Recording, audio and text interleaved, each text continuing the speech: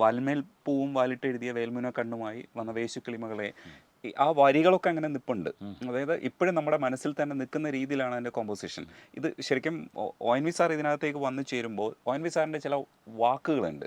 ആ വാക്കിന് നമുക്ക് ഒരു വേറൊരു സുഖമാണ്. അത് കൈതപ്രം പോലെയല്ല. അത് അത് എങ്ങനെയാണ് വ്യത്യാസപ്പെടുന്നതെന്ന് നമുക്ക് പറഞ്ഞറിയിക്കാൻ പറ്റില്ല. പക്ഷേ ഈ പാട്ടുകളൊക്കെ നമുക്ക് പരിശോധിക്കുമ്പോൾ മനസ്സിലാവും അതിൻ്റെ ഒരു സൗരഭ്യം വേറെയാണ്. കൈതപ്രം സാറിൻ്റെ എഴുത്ത് വേറൊരു സ്റ്റൈലാണ്. അപ്പോൾ രണ്ടുപേരെയും നന്നായിട്ട് ഉപയോഗിച്ചിട്ടുള്ള ഒരാളെന്നുള്ള രീതിയിൽ പറയാം. ഈ സാറ് വന്നു ചേരുമ്പോൾ ശ്രീരാഗം ഇങ്ങനെ പരുവപ്പെടും എന്നുള്ളത് എഴുത്ത് കഴിഞ്ഞിട്ടല്ലേ മനസ്സിലാക്കണത്? ശ്രീരാഗം അതേ എഴുത്തിന് മുമ്പ് ഇങ്ങനെ തന്നെ വരും എന്നാണോ? അതേ എഴുതി കഴിഞ്ഞ് ചെയ്തതാണോ? അത് അല്ലല്ല, ട്യൂൺ ഇട്ടിട്ട് എഴുതിയതാണ്. പക്ഷെ പലരും വിചാരിച്ചേക്കുന്നത് എഴുത്തിന് ട്യൂൺ ചെയ്തതല്ല, ട്യൂൺ ഇട്ടിട്ട് എഴുതിയതാണ്. എക്സലൻ്റ് ആണ്. അപ്പം അത് കഴിഞ്ഞപ്പോൾ എഴുതി കഴിഞ്ഞപ്പോൾ ഒരു ഫീൽ ഉണ്ടാവുമല്ലോ. സാറ് വരികൾ തന്ന് സാറ് ചെയ്ത് കഴിയുമ്പോൾ ഉണ്ടായിരുന്ന ഒരു അവസ്ഥ എന്താ, ഒരു മാനസികാവസ്ഥ? വല്ലാത്ത അവസ്ഥയായിരുന്നു. കാര്യം ഒന്നാമത് വേറൊരു കാര്യം കൂടെ ഞാൻ പറയാം. എൻ്റെ അച്ഛൻ്റെ സീനിയറായിട്ട് പഠിച്ചതാണ് ഒ എൻ വി സാർ. അപ്പോൾ സാറെന്ന് പറയുമ്പോൾ ഈ ആ ഒരു ടീച്ചർ, ഒരു പ്രൊഫസർ, അപ്പോൾ ആ ഒരു ബഹുമാനവും പേടിയൊക്കെയാണ്. ഇപ്പോൾ സാറ് എന്തെങ്കിലും ഒരു വാക്ക് എന്തെങ്കിലും കറക്ഷൻ ഉണ്ടെങ്കിലും ഞാൻ പറയത്തില്ല. ഇപ്പോൾ കൈതപ്രം അണ്ണാച്ചി അടുത്ത് അണ്ണാച്ചി ഇത് മാറ്റി മറ്റേ അടുത്ത് ഈട അണ്ണാച്ചി എന്ന് പറഞ്ഞ് നമ്മൾ ഇപ്പോൾ ഗിരീഷ് പുത്തഞ്ചേരി ആരാണെങ്കിലും നമ്മൾ ഉടനെ പറഞ്ഞിട്ട് അടി ഇത് മാറ്റണ്ട, ഇതെന്ന് പറഞ്ഞു ഇത് പറ്റത്തില്ല. അവർ പേടിച്ചിട്ടാണ്. അപ്പം നമ്മൾ ചെയ്യുന്ന ഒ എൻ വി സാറിൻ്റെ അടുത്തിരുന്നിട്ട് ഈ വരി കുറച്ചുകൂടെ ഒച്ചത്തിൽ പാടി അത് ചേരുന്നില്ലെന്ന് സാറിനെ മനസ്സിലാക്കും. ശരത്തെ അത് നമുക്ക് ഈ വാക്കിന് പകരം ഈ വാക്കിട്ടോ സാറ് തന്നെ പറയും. അപ്പോൾ അത് ഇതുപോലെ തന്നെ വേശുക്കിളിമകളെ എഴുതിയപ്പോൾ ഞങ്ങൾക്ക് എല്ലാവർക്കും ഇത് എന്തൊരു കിളിയാന്ന് അറിഞ്ഞുകൂടാ. ഇതുവരെ കേട്ടിട്ടുമില്ല വേശുക്കിളി എന്നുള്ള സാധനം. പിന്നെ അപ്പോൾ ആരും ചോദിക്കുന്നതുമില്ല. അപ്പം നമ്മൾ ചോദിച്ചിട്ട് അലമ്പാവും, മലയാളം അറിഞ്ഞുകൂടാന്ന് സാറ് വിചാരിക്കുന്നൊക്കെ ഉള്ള പേടി. എന്നിട്ട് പോയി ചോദിച്ചില്ലേ? ചോദിച്ചില്ല, ഞാൻ ചോദിച്ചിട്ടില്ല. പിന്നെ വേറെ ആരോ ചോദിച്ചിട്ട് ഇത് അതിൻ്റെ അർത്ഥമൊക്കെ കണ്ടുപിടിച്ചു എന്നാണ്. ഞാൻ ചോദിച്ചിട്ടില്ല. എനിക്ക് അതിനുള്ള ധൈര്യം ഇല്ലാഞ്ഞിട്ടാ. അത് എനിക്ക് സൗണ്ട് വൈസ് അത് നല്ലതാണ്. നമ്മൾ ഒരു പാട്ടുണ്ടാകുമ്പോൾ അത് പ്രധാനമായിട്ട് ഈ റീച്ച് ആവുന്നതിൻ്റെ ഒരു പ്രധാന കാര്യം അതിൻ്റെ വരികൾക്കുള്ള ഒരു സൗണ്ടിങ് ഉണ്ട്. ആ സൗണ്ടാണ് കുറേയും കൂടെ. ഇപ്പം അത് പ്രണതോസ്മി ഗുരുവായൂപുരേശം പ്രതിദിനമനുചേത സ്മരഹരിപാദം എന്ന് പറയുന്നതിനൊരു സൗണ്ടിനൊരു സുഖമുണ്ട്. അപ്പോൾ അതിന് പകരം വേറെ എന്തെഴുതിയിട്ടും കാര്യമില്ല.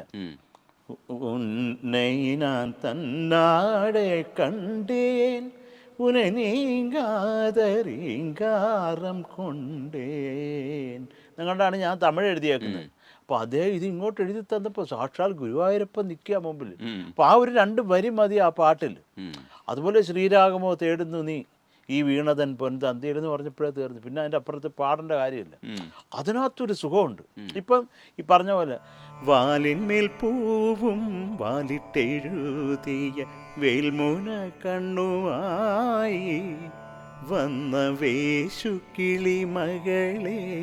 വേശുക്കിളിമകളെ എന്ന് പറയുന്നതിൻ്റെ ഒരു സുഖമുണ്ട്. അപ്പോൾ അതിനകത്ത് നമ്മൾ അതിൻ്റെ അർത്ഥവ്യാപ്തിയിലേക്ക് ചുമ്മാതുള്ള മണ്ടത്തിലൊന്നും സാർ എഴുതത്തില്ലല്ലോ. അതിന് എന്തൊക്കെയാലും അതിനൊരു അർത്ഥം ഉണ്ടാവും. പിന്നെ എൻ്റെ ട്യൂണിന് വളരെ സപ്പോർട്ട് ചെയ്യുന്നുണ്ട് ആ ഒരു പുതിയ വാക്ക്. അപ്പോൾ അതങ്ങനെ വേശുക്കിളിമകൾ അങ്ങ് നമുക്ക് സന്തോഷം തന്നു. ഓരോ പാട്ടുകളും അങ്ങനെയാണ്. മാലയും മാറോട് അലിഞ്ഞും എന്നുള്ളത് അതിനകത്തുണ്ട് ഐറ്റം. അതിന് പകരം വേറെ എന്തെങ്കിലും കൊണ്ട് എഴുതിയിട്ട് ഒരു കാര്യമില്ല. ഈ ആ സിനിമയിൽ നിന്ന് പോകാറായിട്ടില്ല. കാരണം ശ്രീരാഗത്തിൻ്റെ ഇടയിലുള്ള സ്വരങ്ങളും ഒക്കെ ഒന്ന് പാടിയില്ലെങ്കിൽ ആ സ്വരം പാടണത്തിൻ്റെ സ്വരം പാടില്ല. സ്വരം പാടിത്തരാം. അല്ല, ഇത് ഞാൻ പ്രധാനമായിട്ട് ഞാൻ പറഞ്ഞല്ലോ, ശ്രീരാഗമോ എന്നുള്ള ഒരു സൃഷ്ടി ജനിക്കുന്നതിൻ്റെ പ്രധാന കാരണം പക്കല നിലപടി എന്നുള്ള ത്യാഗരാജകൃതിയാണ്. അതാണ് എന്നെ ഇൻസ്പയർ ചെയ്തത്. പിന്നെ എൻ്റെ ഗുരുനാഥൻ്റെ ഒരു അഷ്ടപതിയുണ്ട്, ഹരിഹരി ഹതാതരതയ. ആ ഒരു കോമ്പസിഷൻ കരകരപ്രിയയുടെ ദ സ്വീറ്റസ്റ്റ് കോമ്പസിഷനാണ്. അതിൻ്റെ അപ്പുറത്തൊന്നും ഇനി ആർക്കും ചെയ്യാൻ പറ്റത്തില്ല. അങ്ങനെ ഒരു കോമ്പസിഷൻ ബാലമുരളി സാറ് ചെയ്തത്. അപ്പോൾ അതൊക്കെയാണ് എൻ്റെ മനസ്സിൽ എന്നെ ഇങ്ങനെ ഒരു പാട്ട് ചെയ്യാൻ അതിനുള്ള ശക്തി തന്നത്. അത് വേണം പറയാൻ. എന്നില്ല ഒരു സംഗീത സംവിധാനം തട്ടി ഉണർത്തി ഇങ്ങനെ ചെയ്യടേ എന്ന് പറഞ്ഞ ശക്തി ഇതാണ് സത്യം പറഞ്ഞാൽ എൻ്റെ ഗുരുനാഥനും. പിന്നെ അതുപോലെ തന്നെ ത്യാഗരാജസ്വാമിയുടെ പറയേണ്ട കാര്യമില്ല. അപ്പോൾ അതുകൊണ്ടാണ് ഞാൻ ഈ പാട്ടിൽ ഈ ഒരു സ്വരം വെച്ചത്. അത് ദാസേട്ടൻ എന്നെ കണ്ടപ്പം ഈ പടം കണ്ടിട്ട് പറഞ്ഞു, എടാ മോനെ കഷ്ടപ്പെട്ട് നീ എന്നെ കൊണ്ട് പാടിച്ചിട്ട് അവർ പച്ചക്കറി അരിയാണല്ലോടാ. പക്ഷെ നന്നായിട്ട് ഉഗ്രായിട്ട് ഒരു പക്ഷേ അത് കച്ചേരി നടത്തുന്ന പോലെ കാണിച്ചാൽ കൊള്ളത്തില്ല. ഇല്ല ഇല്ല, ഇതാ ലാലേട്ടനും KP ലളിത ചേച്ചിയുടെ വരെ ഇങ്ങനെ തലമുടി അതെ, അത് ഇട്ടിട്ട് വളരെ പോകുന്നു. മ്യൂസിക് ഇന്നസെന്റ് ചേട്ടനും അതൊരു അസാധ്യമായിട്ട് രാജുവേട്ടൻ ചെയ്തിട്ടുണ്ട്, പറയാതിരിക്കാൻ വയ്യ. ആ പാട്ട് പിക്ചറൈസേഷൻ അത് മാത്രമല്ല, രജനീഷ് ശ്രദ്ധിച്ച് കാണുമെന്നാണ് എൻ്റെ ഒരു വിശ്വാസം. ഇപ്പോൾ ശ്രീരാഗമോ തേടുന്ന വീണതൻ പൊൻ തന്തിയിൽ നേഹാർജനത്തിൻ്റെ നിന്മൗനമോ പൂമാനമായി നിൻരാഗമോ ഭൂപാളമായി ഇവിടെ യൂസ് തക്കച്ചിക്ക് ഇതിൻ്റെ ഒരു ഇടഞ്ഞൊരു ഒരു മൃദംഗം യൂസ് ചെയ്തിട്ടുണ്ട്. ഇതുപോലെ തന്നെയാണ് വിഷ്വൽ ചെയ്തേക്കുന്നത്. എന്ന് പറഞ്ഞ് ലാൽ സാറും ശോഭനയും അസാധ്യമായിട്ട് ചെയ്തിട്ടുണ്ട്. പിന്നെ ആ ഒരു പേര് ആ പടത്തിൽ കാണാൻ എന്തൊരു രസമാണ് ഇവരെ രണ്ടിനെയും. അതൊരു അനുഭവമായിരുന്നു ആ പടം വർക്ക് ചെയ്ത്. സ്വരം പാടിത്തരാം. സ്വരം പാടാം. ദാനി ദാപമപദനി ദാപമഗരി ഗമപദനി ദരി മഗരി സനി ദപമഗരി ഗമപ്പ തദരി ഗമപ്പനി സരി ഗമപ്പകല സരി ഗമപ്പ ധനി ദപദ ധനി ഗരി നീ നിദമഗരി സരി ഗമ രി ഗമപ ഗമപദ മപദനി ഗരി റിസ സനി നിദ തപഗരി റിസ സനി നിദ തപഗരി റിസ സനി നിദ തപഗരി സനി ദപ സരി ഗമപ രി ഗമപദ ഗമപദനി ഗരി സനി ദ റിസ നിദ പ സനി ദപദ രി ഗമപദ സരി ഗമപനി സ രി ഗമപകല. ഇത് കേൾക്കണമെന്ന് പറയുന്നത് എൻ്റെ ഒരു വിഷാണ്. എൻ്റെ രജനീഷേ, അത് എന്നെ ഫോൺ ചെയ്താൽ ഞാൻ പാടി കേൾപ്പിച്ചാൽ വീഡിയോ കോളിട്ട് പാടി തരത്തില്ല. അതുപോലെ ഇത് ഇങ്ങനെ നേരിട്ട് ഇരുന്നിട്ടോ അത് വല്ലാത്ത ഒരു ആഗ്രഹമായി. അത് സാറിനെ കൈ കിട്ടി എന്തൊക്കെ ആഗ്രഹങ്ങളുണ്ടായിരുന്നു. കൈ കിട്ടിയാലോ. ശരി, ഞാൻ വേറൊരു ജോണറിലേക്ക് പോവാം. ശ്യാമസന്ധ്യ സൂര്യൻ എവിടെ, ഈ പാട്ടൊക്കെ കേട്ടുണ്ടോ? ചോദിച്ചത് അറിയാതെ കണ്ണുറങ്ങി, സാഗരം സാക്ഷി. രണ്ടും സങ്കടം വരുമ്പോൾ നമ്മൾ ശ്രീരാഘവൊന്നും നമ്മൾ കേൾക്കാൻ ശ്രമിക്കാറില്ല. ഇല്ലെങ്കിൽ കാരണം ദുഃഖം വരുമ്പോൾ ചിലപ്പോഴൊക്കെ നമ്മൾ ദുഃഖമുള്ള പാട്ടുകൾ, അതെ, ദുഃഖമുള്ള പാട്ടുകൾ തന്നെ കേൾക്കും. അപ്പോൾ അത് ഒരു വല്ലാത്ത ജോണറാണ്. പ്രത്യേകിച്ച് നമ്മുടെ മെലഡികളൊക്കെ എക്സിസ്റ്റ് ചെയ്യുന്നത് ഇത്തരത്തിലുള്ള ചില ദുഃഖപൂർണമായ രാഗങ്ങളായിട്ട് നമുക്ക് തോന്നുന്ന രാഗങ്ങൾ ഉപയോഗിച്ചുകൊണ്ടോ ഇല്ലെങ്കിൽ അങ്ങനെ ഒരു ഫീൽ നമുക്ക് ഉണ്ടാക്കുക എന്നുള്ളതാണ്. സാഗരം സാക്ഷി ചെയ്യുന്നതിൻ്റെ അനുഭവം എന്തായിരുന്നു? ഈ രണ്ട് പാട്ടുകളിൽ എനിക്ക് ഈ ശ്യാമസന്ധ്യയാണ് കൂടുതൽ ഇഷ്ടപ്പെട്ടിരിക്കുന്നത്. ചിലർക്കൊക്കെ കരയാതെ കണ്ണുറങ്ങാണ് ഇഷ്ടപ്പെട്ടിരിക്കുന്നത്. പക്ഷേ ശ്യാമസന്ധ്യയോട് കുറച്ചുകൂടെ എനിക്ക് തോന്നുന്നത് കുറച്ചുകൂടെ എൻ്റെ ഹൃദയമായിട്ട് അടുത്ത് നിൽക്കുന്ന ഒരു സംഗതിയാണെന്ന് തോന്നുന്നു. അത് ഇങ്ങനെയൊക്കെ ഞങ്ങളെ കൊണ്ട് പറയിപ്പിക്കുന്നത് എങ്ങനെയാണെന്നാണ് ചോദിക്കുന്നത്. അതൊരബദ്ധം പറ്റിയത് ഇനി സംഭവിക്കില്ല. രജനീഷ്, അത് ബേസ് അതൊരു കീരവാണി ബേസ്ഡ് കോമ്പസിഷനാണ്. നമ്മളത് ഞാൻ പറഞ്ഞ പോലെ എപ്പോഴും അങ്ങനെ ഹരിതപമരിച്ച ജരിമാപ്പനിസ എന്ന് യൂസ് ചെയ്യാൻ നമ്മളിത് വേറെ രീതിയിൽ യൂസ് ചെയ്തിട്ടുണ്ടെന്നേ ഉള്ളൂ. പക്ഷേ അത് കുറേയും കൂടെ ആർദ്രമാണ് ആ ഒരു പാട്ട്. അത് നമ്മൾ ചുമ്മാതൊരു പാത്തോസ് അല്ലാതെ അത് ആ ഫിലിം എന്ന് പറഞ്ഞാൽ ഒരു വല്ലാത്ത വേദന തരുന്ന ഒരു ഫിലിമാണ് സാഗരം സാക്ഷി. അത് മമ്മൂക്ക എന്ത് മനോഹരമായി ചെയ്തിട്ടുമുണ്ട്. അയ്യോ, അദ്ദേഹം എല്ലാം ചെയ്യുന്നത് സൂപ്പറാണ്. പിന്നെ ഇത് എൻ്റെ പാട്ടും കൂടെ ആയപ്പോൾ ഞാനത് എടുത്ത് പറയണ്ടേ. എനിക്കതിൽ പ്രധാനമായിട്ടൊരു ഏറ്റവും അതിൻ്റെ ഒരു ക്ലൈമാക്സിനോട് അടുക്കുമ്പോൾ ഇദ്ദേഹം ഒരു കടലിൻ്റെ തീരത്ത് നിൽക്കുമ്പോൾ മകളുടെ കല്യാണമാണെന്ന് അളിയം എന്ന് പറയുന്ന സമയത്ത് ആകാശമേടയിൽ നീ മാൻപേടയായി ഉയർന്നാലെന്ന് പറഞ്ഞാൽ അദ്ദേഹം എന്തൊരു ഇമ്പാക്റ്റ് ആയിരുന്നു. ഞാൻ കേട്ട് ഞാൻ ആകെ വിഷമിച്ചു പോയത്. കാര്യം അസാധ്യം. അത് ഐതപ്ര അണ്ണാച്ചിക്കും ആ ഒരു ക്രെഡിറ്റ്. പിന്നെ നമ്മുടെ ഗാനഗന്ധർവൻ അതുപോലെ ചിത്ര ചേച്ചി ഒരു രണ്ടുപേരും പാടിയിട്ടുണ്ട്. അതൊക്കെ ഓരോ അനുഭവങ്ങൾ. ആ വരിയൊന്ന് പാടുവോ? ആകാശമേടയിൽ വല്ല ആവശ്യമുണ്ട്? അതല്ല, അത് വേറെ ഫീലാണ് ശരിക്കും. ആകാശമേടയിൽ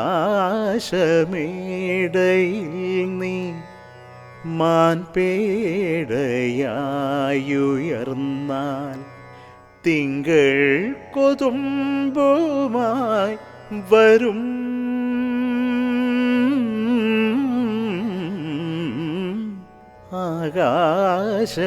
ആകാശമേടയിൽ നീ മാൻപേടയായുയർന്നാൽ തിങ്കൾ കൊതുമ്പുമായി വരും. വിദൂരമേഘമായി ഞാൻ നിന്നിഴലാ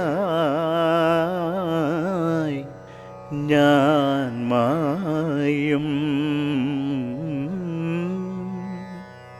കരയാതെ കണ്ണുറങ്ങ് താമരത്തേനുറങ്ങ് മാറോടു ചേർന്നുറങ്ങ് ആതിര കുഞ്ഞുറങ്ങ്. വരി മാറിപ്പോയിട്ടുണ്ട്, അത് കുഴപ്പമില്ല, കൈതപ്രണർജി ക്ഷമിക്കും. ഓ, അടുത്ത ചോദ്യം കൂടി വേണ്ടെന്ന് പറഞ്ഞ അവസ്ഥയിലായി പോയി. അത് തുടർന്ന് കേൾക്കാൻ തോന്നുന്ന ഒരു അവസ്ഥയുണ്ടല്ലോ. സാധാരണ ഒരുമാതിരിപ്പെട്ട പാട്ടുകളൊക്കെ ഇങ്ങനെ ആവർത്തിച്ച് ആഘോഷിക്കുന്ന ഒരു പരിപാടിയുണ്ട്. അത് നമ്മളൊക്കെ ഇത്രയും പ്രാവശ്യം കേട്ടിട്ടുള്ള പാട്ടുകൾ ഉണ്ടാവില്ല. കാരണം ഒന്ന് എനിക്ക് തോന്നുന്നു പിടികിട്ടാത്തതുകൊണ്ടായിരിക്കാം. അതായത് എളുപ്പത്തിൽ പിടികിട്ടാത്തത് കൊണ്ട് നമ്മൾ ആവർത്തിച്ച് കേൾക്കുമ്പോൾ അങ്ങനെ ആയിരിക്കുമോ? അതിൻ്റെ സാർ എന്താ കരുതണേ, ഇതിൻ്റെ കോമ്പോസിഷൻസ് പെട്ടെന്ന് മനസ്സിലാവാത്തത് കൊണ്ടായിരിക്കുമോ നമുക്ക് ഇത്രയും പ്രാവശ്യം ആവർത്തിച്ച് കേൾക്കുമ്പോൾ സുഖം കിട്ടുന്നത്? അങ്ങനെ ആയിരിക്കുമോ? അല്ല, ഞാൻ വിശ്വസിക്കുന്നത് അതിലൊരു ആ പാട്ടിനൊരു സോൾ, ഒരു ആത്മാവുള്ളത് കൊണ്ടാണ് നിൽക്കുന്നതെന്ന് വിശ്വസിക്കുന്ന ഒരാളാണ് ഞാൻ. ഒരു സാധാരണക്കാരനെ എങ്ങനെയാ അത് പറഞ്ഞു കൊടുക്കുക? ഒരു മിനിറ്റ്, ഞാനൊന്ന് ഗൂഗിൾ ചെയ്യട്ടെ. അല്ല, ഇത് കാര്യം നമ്മളിത് ചെയ്യുമ്പോൾ നമ്മൾ എന്താ പറയണ്ടേ, അത് നമ്മുടെ ആത്മാവിൽ അതിനകത്തിട്ടിട്ട് നമ്മൾ ഓരോ ട്യൂണുണ്ടാക്കുന്നത്. അല്ല, പക്ഷേ സാർ അതിനകത്തൊരു ചോദ്യമുണ്ട്.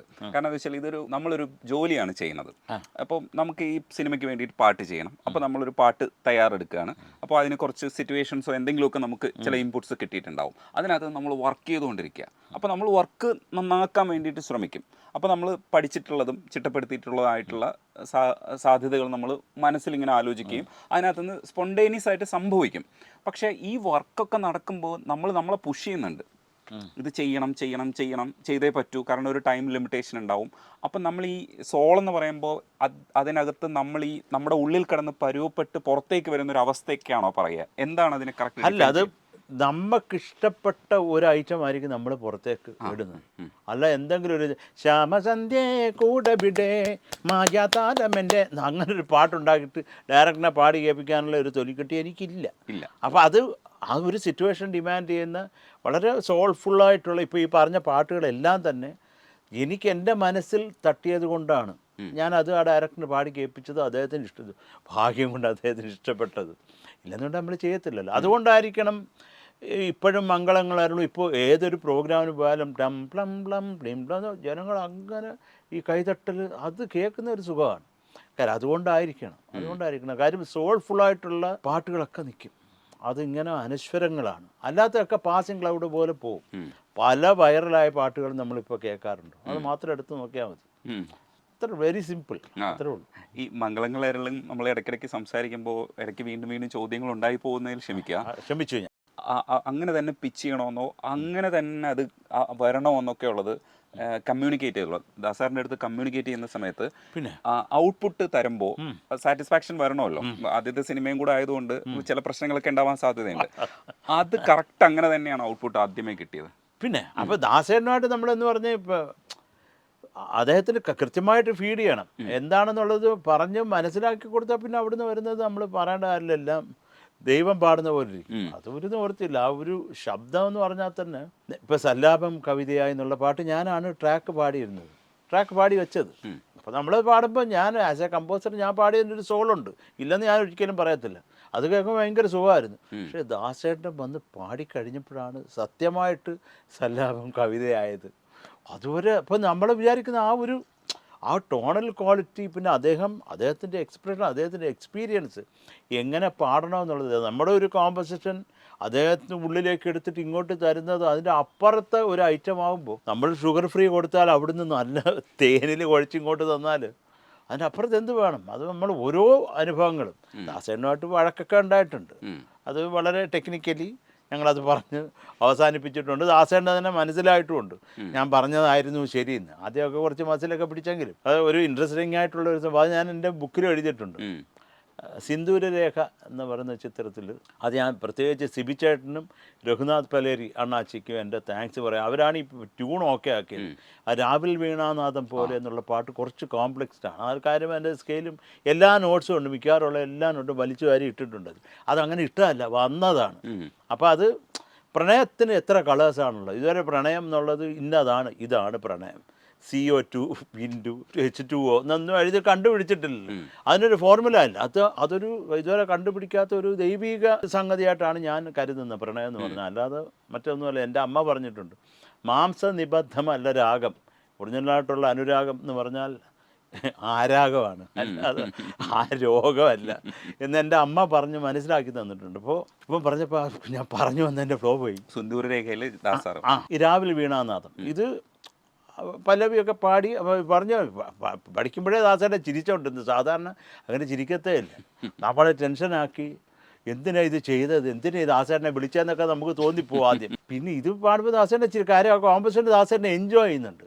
എൻജോയ് ഒക്കെ ചെയ്ത് കഴിഞ്ഞിട്ട് ഇതിൻ്റെ ചരണമുണ്ട്. ആവണി മാസമായി കായൽ തിരകളിളകിയാർത്തുപോയി.